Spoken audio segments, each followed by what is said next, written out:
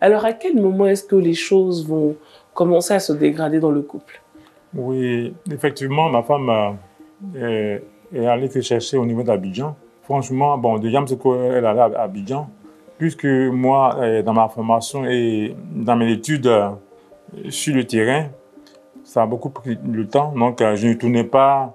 Donc, c'est elle qui travaillait, qui tournait avec les habits qu'elle faisait et qu'elle confectionnait. Je partais souvent en vendre, mais à un moment donné, paf, elle est partie sur Abidjan. Donc, à quel moment, véritablement, les choses vont devenir difficiles dans le couple?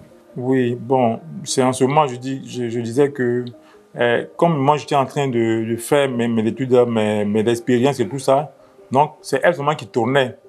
Hein. Donc, elle confectionnait des habits, souvent, je partais les vendre, et puis je revenais.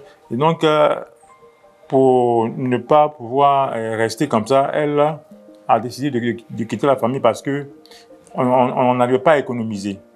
On pouvait juste manger et tout ça. Donc, elle a préféré aller sur Abidjan pour vraiment se chercher, comme on le dit. Madame, votre famille était informée de la situation que vous viviez? Non, ma famille n'était pas informée de la situation. Donc, quel était votre sentiment lorsque vous n'arriviez pas à économiser? Bon, c'était vraiment difficile, puisque une personne qui travaille, qui ne fait que manger seulement sans économiser vraiment, avec les enfants, c'était pas facile. Donc, c'est pour ça que j'ai pris l'idée d'aller au moins chercher encore ailleurs. Vous lui avez demandé la permission ou il a été informé ou pas du tout? Il n'était pas informé. Si je le connaissais, donc s'il demandait la permission, il n'a pas accepté. Même à mon pasteur aussi, il n'a pas aussi donné l'information. Donc, ça a commencé à partir. Je lui ai dit simplement que je m'en vais à Msokro pour aller saluer mon frère et puis revenir. Vous étiez où en ce moment? Là, on était à Dalor. Donc, c'est comme ça, c'est parti. Et quand c'est parti, c'est mon cousin aussi qui cherchait quelqu'un pour être gouvernante à Abidjan. Donc, ma vie, vraiment, c'est bien payé, tout ça. Donc, quand j'ai causé à lui, non, toi, mais toi, tu es marié, tes enfants sont là-bas. Il dit, c'est pas un problème. Puis moi-même, j'ai cherché, non, il ne veut pas me donner. J'ai insisté, j'ai dit, OK.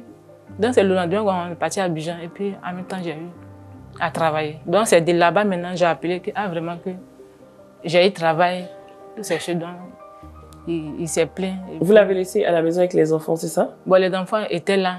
Et puis, de temps, sa maman venait.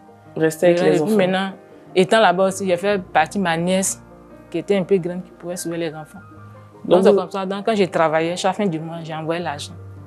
Donc, comme ça. Et puis, étant là-bas aussi, je cherchais maintenant un travail maintenant pour lui. D'accord. Donc, quand vous êtes venu gouvernante, vous étiez payé à combien environ? Bon, j'étais payé à 60 000 francs dans ce temps. Et puis, en plus, étant là-bas, la dame, vraiment, elle a été beaucoup gentille. Elle lui a dit, que je suis, en tout cas, j'ai un métier. Donc, il n'y a pas de problème, puisqu'on est seulement deux. Il n'y a pas de problème, donc, dans ma machine. Donc, étant là-bas, mon salaire, mais je ne touchais pas. Donc, quand je cousais aussi à l'immeuble que j'étais, où j'étais, et puis